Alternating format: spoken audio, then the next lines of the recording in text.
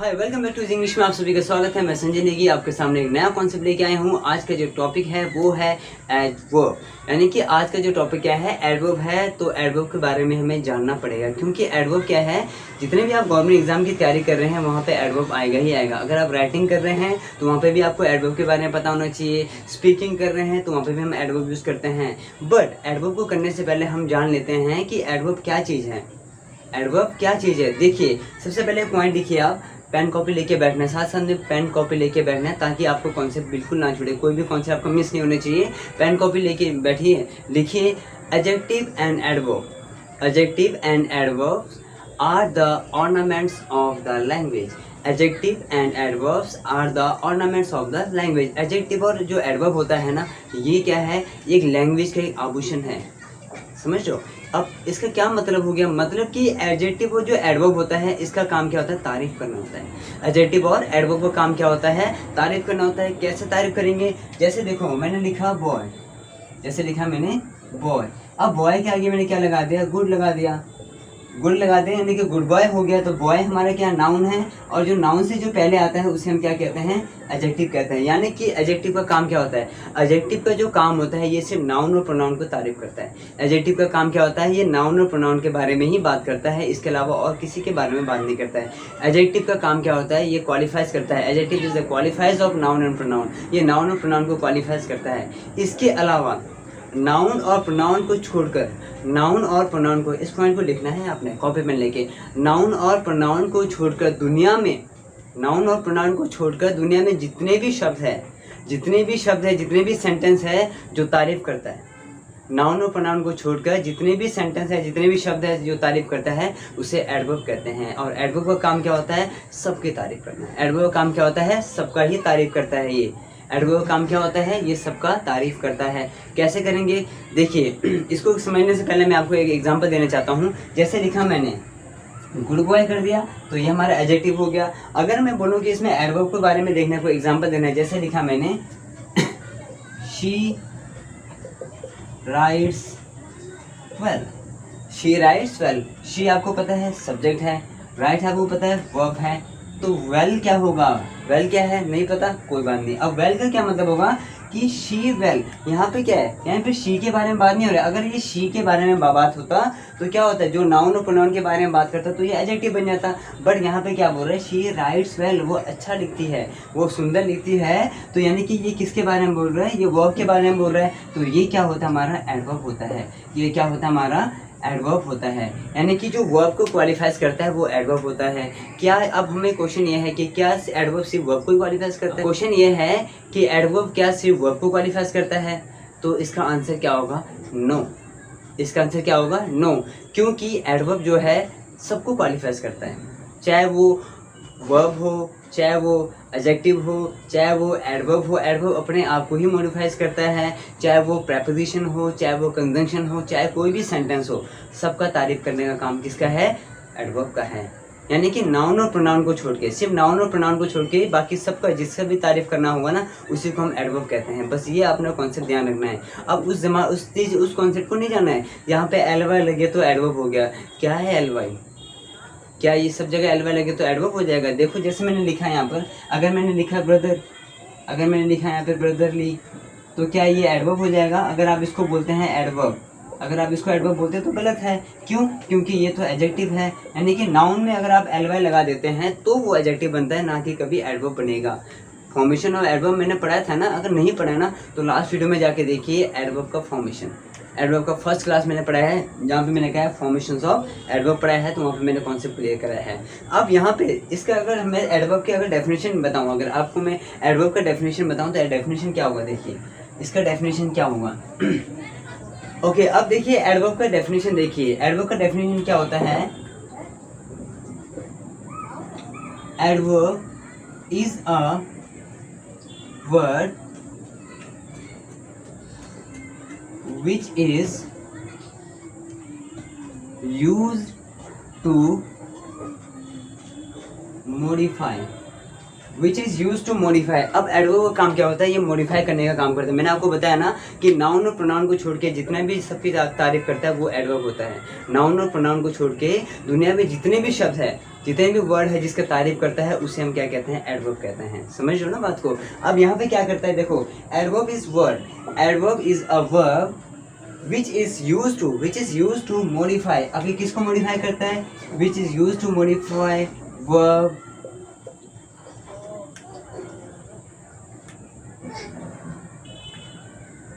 adjective, prepositions,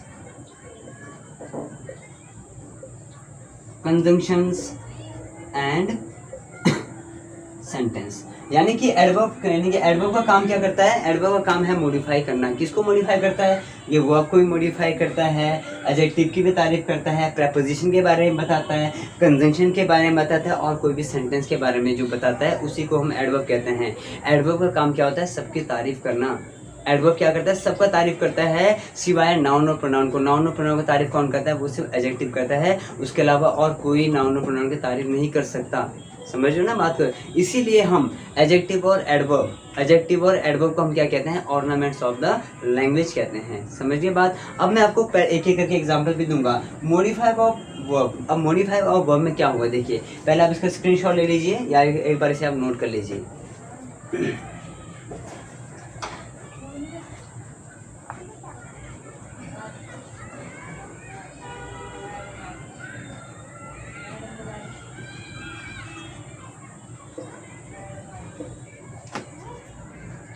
okay अब next देखिए हमारे पास सबसे पहला कॉन्सेप्ट है modify of verb. Modify of verb. अब ये वर्ब को कैसे मॉडिफाई करते हैं, जैसे देखिए एग्जांपल देखिए, जैसे लिखा मैंने Ram rights well. Ram rights well. अब यहाँ पे देखिए राम क्या हमारे पास सब्जेक्ट है, राइट क्या हमारे पास वर्ब है और वेल क्या है नहीं पता, कोई बात नहीं। अगर आपको वेल नहीं पता है तो कोई बात नहीं। अब देखिए यहाँ पर क्या है, ये ना तो राम के बारे में बता रहा है, राम वेल के बारे में नहीं बता रहा है। राम वेल नहीं है, यहाँ पर क्या है, राम राइट्स वेल है, यानी कि राम जो है अच्छा लिखता है, मतलब कि ये वर्ब को क्वालिफाई कर रहा है। और जो वर्ब को क्वालिफाई करता है इसे हम क्या कहते हैं, एडवर्ब कहते हैं। तो यहाँ पे वेल क्या होगा, एडवर्ब होता है। तो हुआ कि नहीं हुआ, मॉडिफाई ऑफ वर्ब, यानी कि वर्ब को मॉडिफाई कर दिया इसने, वर्ब को क्या कर दिया, मॉडिफाई कर दिया। यानी कि राम लिखता तो है मगर कैसे लिखता है, अच्छा लिखता है। और दूसरा एग्जाम्पल लिखा मैंने, जैसे शी स्पीक्स क्लियरली। अब यहाँ पे शी क्या है, सब्जेक्ट है, स्पीक्स वर्ब है और क्लियरली क्या हो जाएगा। अब ये क्या बोल रहे हैं, शी क्लियरली। यहाँ पे शी के सब्जेक्ट के बारे में बात नहीं हो रहा है। अगर ये सब्जेक्ट के बारे में बात होता तो ये एडजेक्टिव बन जाता, बट यहाँ पे सब्जेक्ट के बारे में नहीं बोल रहे हैं। ये बोल रहे हैं कि शी स्पीक्स क्लियरली, वो बहुत अच्छा बोलती है, वो एकदम साफ बोलती है। तो यानी कि वर्ब के बारे में ही क्वालिफाई कर रहा है। तो यहाँ पे क्लियरली क्या होगा, एडवर्ब बन जाएगा। तो ये था हमारा मॉडिफाई ऑफ एडवर्ब। तो कोई मुश्किल नहीं है, यानी कि एडवर्ब का काम क्या होता है, सबकी तारीफ करना। एडवर्ब क्या करता है, सबका तारीफ कर देता है। एडवर्ब क्या कर देता है, सबकी तारीफ कर देता है सिवाय नाउन और प्रोनाउन को छोड़ के, बाकी सब क्या करता है, वो तारीफ करता है। ठीक है। अब ये था हमारा modify of verb. Second example, second concept देखिए। सेकंड कॉन्सेप्ट क्या बोलता है, सेकंड कॉन्सेप्ट बोलता है modify of adjective. Modify of adjective. Adjective क्या होता है पता है, एडजेक्टिव मीन्स होता है जो नाउन और प्रोनाउन के बारे में बताता है। ठीक है। जैसे लिखा मैंने my brother, my brother is, my brother is tall, my brother is tall. अब यहाँ पे क्या लिखा मैंने, माई ब्रदर इज टॉल। अब यहाँ पे देखिए माई ब्रदर सब्जेक्ट है और टॉल क्या हो गया। अब मैंने कहा जो सब्जेक्ट के बारे में जो बताता है उसे हम क्या कहते हैं, एडजेक्टिव कहते हैं कि नहीं कहते हैं। जिसके सब्जेक्ट के बारे में जब हम बात करते हैं, लेकिन नाउन और प्रोनाउन, माई ब्रदर हमारे पास नाउन हो गया, जो नाउन और प्रोनाउन के बारे में जो बात करते हैं उसे एडजेक्टिव कहते हैं। तो यहाँ पे एडवर्ब क्या होगा, जैसे लिखा देखिए, जैसे ये है माई ब्रदर है, ये माई ब्रदर है, my brother is a tall, my brother is a tall. My brother क्या है, टॉल, मेरे भाई क्या है, लंबा है। तो my brother is a tall, तो ये क्या कर दिया, सब्जेक्ट के बारे में क्वालिफाई कर दिया, तो ये एडजेक्टिव हुआ। अगर मैंने यहाँ पे कर दिया my brother is very tall, my brother is very tall, मेरे भाई जो है बहुत लंबा है, तो वेरी यहाँ पे क्या होगा, एडवर्ब हो जाएगा।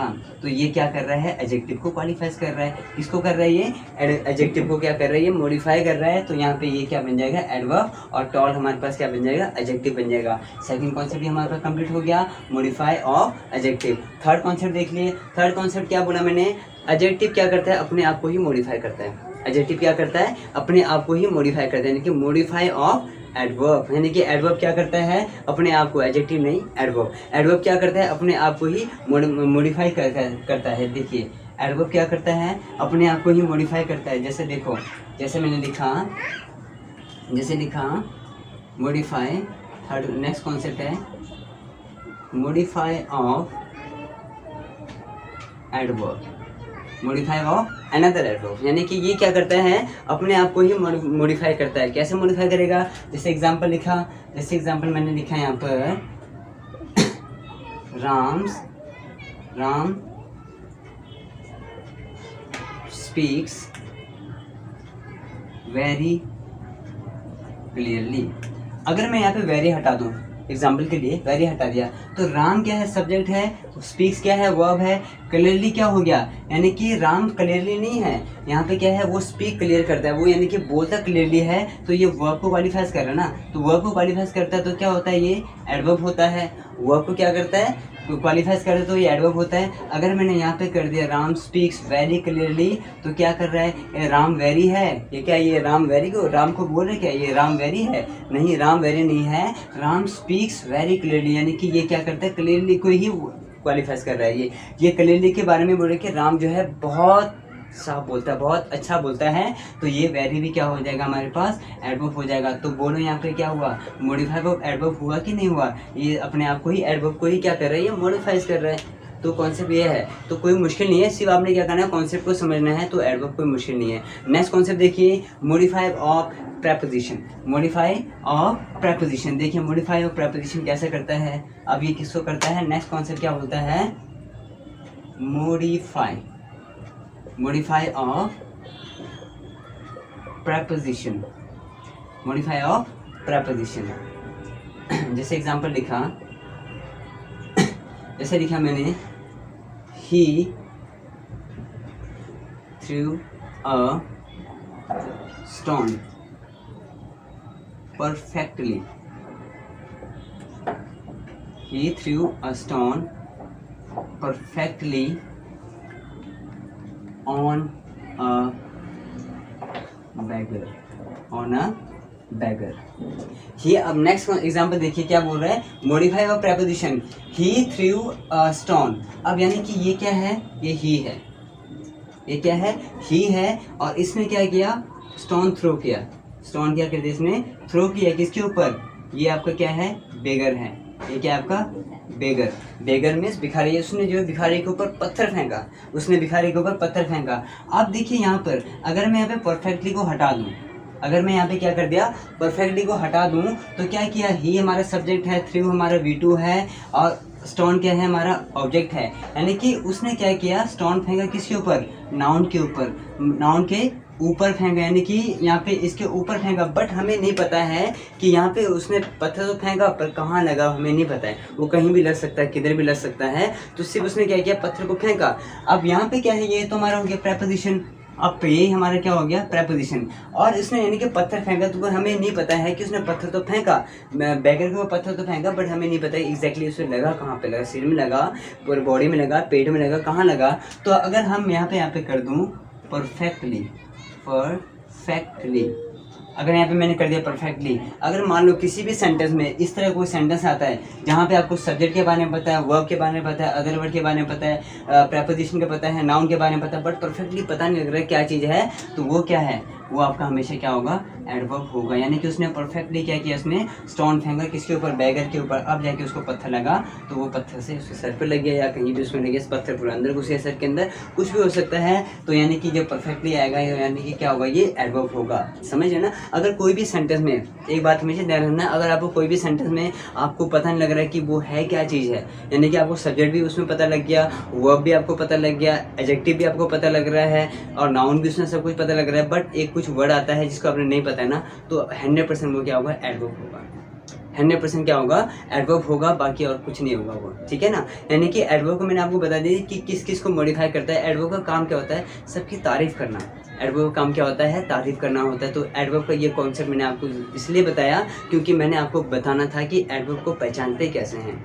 बिना पहचाने में हमने कॉन्सेप्ट को नहीं करना है, हमने वो रटना नहीं है कि जहाँ पे एल वाई लगे तो वो एडवर्ब होगा, तो वो चीज़ नहीं करना है। हमने मेन चीज़ बेसिक कॉन्सेप्ट को समझना है कि एडवर्ब का एक्चुअल रोल क्या है, एक्चुअली यहाँ पे एडवर्ब करता क्या है, एडवर्ब है क्या चीज़, इसका यूज़ कैसे करते हैं, इसको पहचानना कैसे है। अगर आप जब तक नहीं पहचानोगे तब तक आप इसको यूज़ करना बिल्कुल नहीं आएगा, ठीक है। तो इस वीडियो में मैंने आपको बता दिया कि एडवर्ब को पहचानते कैसे हैं। तो नेक्स्ट वीडियो में मैं आपको लेके आऊँगा एडवर्ब के टाइप्स लेके आऊँगा कि एडवर्ब के कितने टाइप्स होते हैं, कौन कौन से टाइप्स होते हैं, क्योंकि ये एग्जाम में भी बहुत ज़्यादा आता है, ठीक है। तब तो आप वीडियो को देखिए, एंजॉय कीजिए और प्रैक्टिस करते रहिए और वीडियो को शेयर करते रहिए। All the best.